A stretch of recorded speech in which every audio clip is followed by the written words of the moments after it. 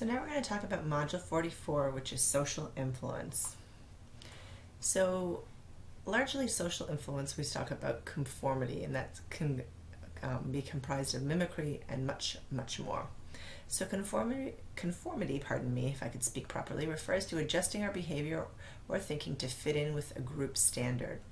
And it has many components, which include mimicry, social norming, and the combination of normative and informational social influence, which we're going to be talking about today. So what is mimicry? It's not only true that birds of a feather flock together, it's also true that if we flock together, we might choose to wear the same feathers.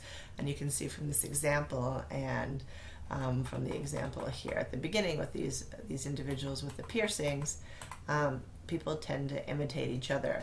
When I was growing up, tattoos were not that popular. That's no longer the case. Pretty much now if you go to the beach, almost everybody has tattoos. So people like to be the same and to imitate other people, especially during the adolescence phase when it's not really ideal in our culture to become too individualized. So we also have what's called automatic mimicry. So, when we dress the same as our friends, that's something we're choosing to do, but we also do it sometimes automatically. For example, contagious yawning. Just being around somebody that's yawning can make you start to yawn. But we also have contagious arm folding, hand wringing, face rubbing, and I'll show you an experiment in a second. We can also adopt regional accents, so even if you are not from a certain place, you may adopt the accent of that place. I have a friend who has moved to Scotland and now has a quasi-Scottish accent, and if you've heard Madonna speak lately, she's actually from Michigan, but she now has some sort of a British accent going on. We also change our grammar and vocabulary to fit into the region. We don't do this on a conscious level, but we kind of meld into where we are. We also have empathetic shifts in mood that fit the mood of people around us. So if everybody around you is feeling sad and down, your mood will also decrease automatically. If people around you are kind of feeling happy and excited, then your mood will also kind of go in that direction. We also adopt coping styles of parents or peers, including violence, yelling, and withdrawal. It can also be positive coping styles as well. But one of the hypotheses for why people engage in negative behaviors is because that's what they witnessed in the home, and they're mimicking that. So unconscious mimicry is also called the chameleon effect. So in an experiment, a confederate who is somebody who's kind of like an actor or somebody the experimenter asks to do certain things, intentionally rubbed his or her face or shook their foot.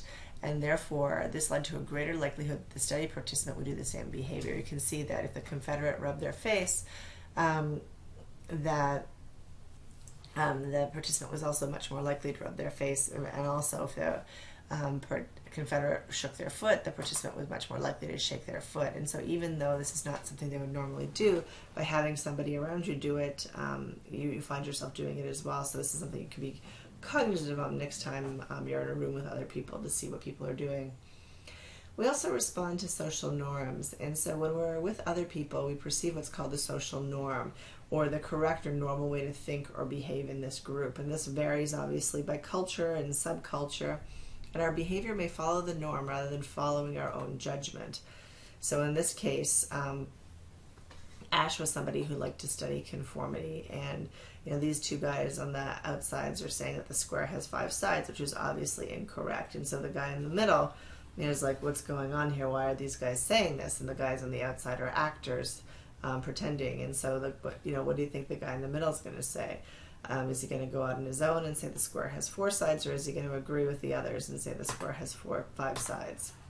So what makes people more likely to conform? When you're not firmly committed to one set of beliefs or style behaviors, when you're more ambivalent about the situation, when the group is medium-sized and unanimous, so you're not, just one of 2 people, but you're not also in a huge crowd of people, that you admire or you're attracted to the group in which you are a member, and the group tries to make you feel incompetent, insecure, or closely watched, and therefore you want to kind of not do anything that's out of the norm. Or your culture encourages respect for norms, so you're much more of a collectivist versus individualistic culture. So there are 2 main types of social influences. The first is normative social influence, and the other is informational social influence. So normal social influence means when you're going along with other people in pursuit of social approval or belonging. So this is like your typical teenage years where you want to fit in and you don't want to be rejected or disapproved of by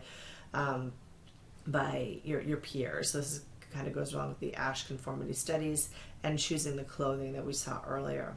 Informational social influences means that you go along with others because of their ideas and behavior makes sense. And that evidence in our social environment changes our mind. So here you're actually looking at the data and people are talking to you and you're listening to what they're saying and you change because you agree with what they're saying and not just to be the same as them. For example, driving on which side of the road to drive on. While you could drive on either side, the rule says you have to drive on the right, and even if you're just doing it to conform to social norms, if you think about the rationale for driving on the right-hand side, it makes a lot of sense, because if you drive on the left-hand side, you might get into an accident. So logically, you should conclude that you should drive on the right. So we're going to talk a little bit about Milgram's study. This is a very seminal study, and one of the studies that you can summarize for your assignment. And Milgram wanted to understand why people in Nazi Germany did what they did. What can make them do that? So under what social conditions are people more likely to obey commands? And so he designed an experiment in which an authority figure, I believe it was at Yale University, tells the participant to administer shocks to a learner who is actually a Confederate. And Confederate, as we've seen several times, means that they're an actor that are hired by the researchers. When the learner gives the wrong answer. So they're asked to shock somebody when they answer incorrectly. And the voltage increases. So Milgram wanted to see how high people would go in terms of the voltage before they would actually disagree or refuse to comply with an authority figure. So here was the design of the study. So you had kind of a divider. So the person who was participating did not actually see the learner, but they were separated by a wall.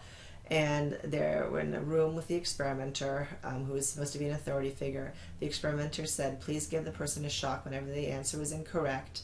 And the person would give a shock, and then the learner, even though he was not really shocked, would say, ouch. And so you can see that these are the voltages that the participants thought they were administering at the bottom. There was no shock actually administered. The actor was just faking it, but it goes from slight to what the subject was told was very severe or extremely dangerous. So how was compliance in Milgram's study measured? So most people predicted that in such a situation they would stop administering shocks when the learner expressed pain. This is what they thought beforehand. However, in reality, when the learner complained, even of a heart condition, most people continued to comply with the experimenter's directions. When the experimenter would say, please continue, you must continue, the experiment requires that you continue. So how far did these people go in shocking the individuals? Even at the very extreme end, more than 60% of the people continued to shock the participant, thinking that they were actually doing it. So you can see that the compliance was still very, very high, even when they were potentially, endangering the life of somebody. And this was a very low stakes situation. So it helps you understand a little bit how in more high stakes situations, people can engage in this type of behavior. So what types of factors increase obedience?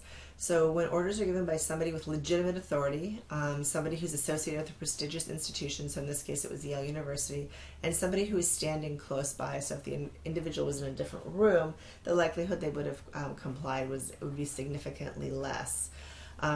We also know that we're more likely to comply when the learner victim is in another room, so they're a little bit more anonymous, and when other participants obey and no one disobeys, so there's no role for defiance. So other evidence of the power of obedience is that in war, some people at the beginning choose not to fight and kill, but after that obedience escalates, even killing innocent people.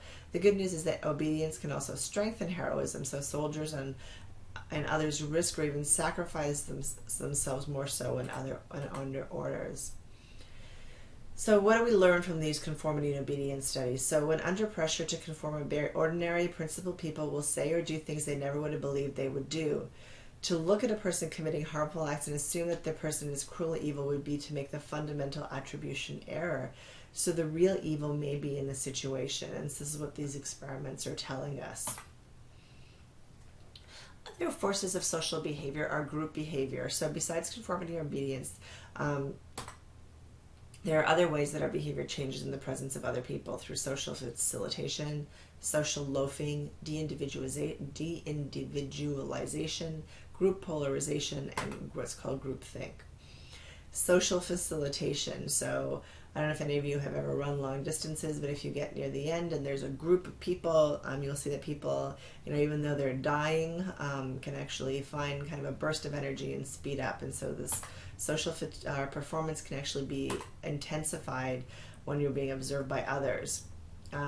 So when people who have are experts in something, they can excel in these types of situations when they're being watched. And also people who are doing simple activities that don't require a lot of complex thinking, they can actually pick up speed and show more endurance in front of an audience. However, when people who don't have a lot of experience try to do things in front of an audience, they actually mess up and do worse. So why would the presence of an audience facilitate some people to do better, but those who are novices, why would it make them do worse? So being watched and simply being in a crowded situation increases our automatic arousal. So that's kind of our flight or fight response, along with increasing motivation for those who are feeling confident in their abilities. But for those who are not confident in their abilities, it increases anxiety. And we know that when we're overly anxious, we can't perform to the same level. So it makes us mess up more than if there was not an audience. Social loafing. What does social loafing mean? So do you ever have a group project with the group grade and somebody in the group just slacks off?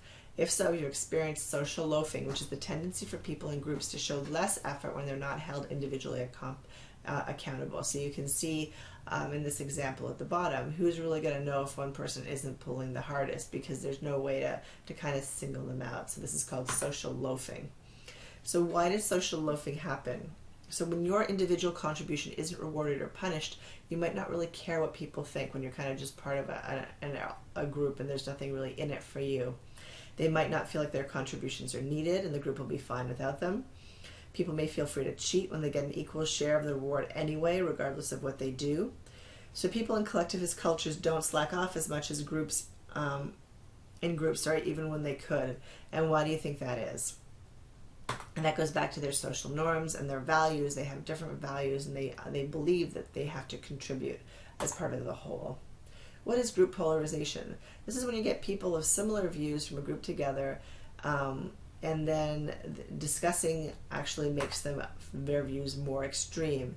So therefore, different groups, when people have different views, they actually become more different or more polarized in their views. So if you look at the example on their right, people who were in groups of people who experienced high levels of prejudice actually became more prejudiced as the conversation grew, and those in low prejudice conditions became less prejudiced. So there's you'll see that they kind of went in polar opposite directions. So we like to kind of associate with people with like minds, and they make us kind of go to the more extremes by reinforcing the views we already have. Now, groupthink is a phenomenon where in the pursuit of social harmony and to avoid disagreement with others, groups generally make decisions without an open exchange of ideas.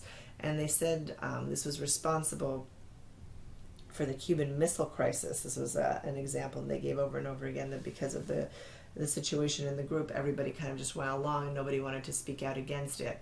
So groupthink prevents individual thinking and prevents a realistic assessment of all the options. But they still have the power of individuals. And you see, you have Gandhi on the right. So despite all these forces of social influence, individuals still do have power. So some people still resist obeying and conforming. And individuals can start social movements and social forces and not just get caught up in them. So there's some people that kind of emerge as leaders, defying authority, and then they set an example and people tend to follow them. And so groupthink can be prevented if individuals speak up when a group decision seems wrong. So therefore it's important to have people of different perspectives in a room so that you consider all perspectives before the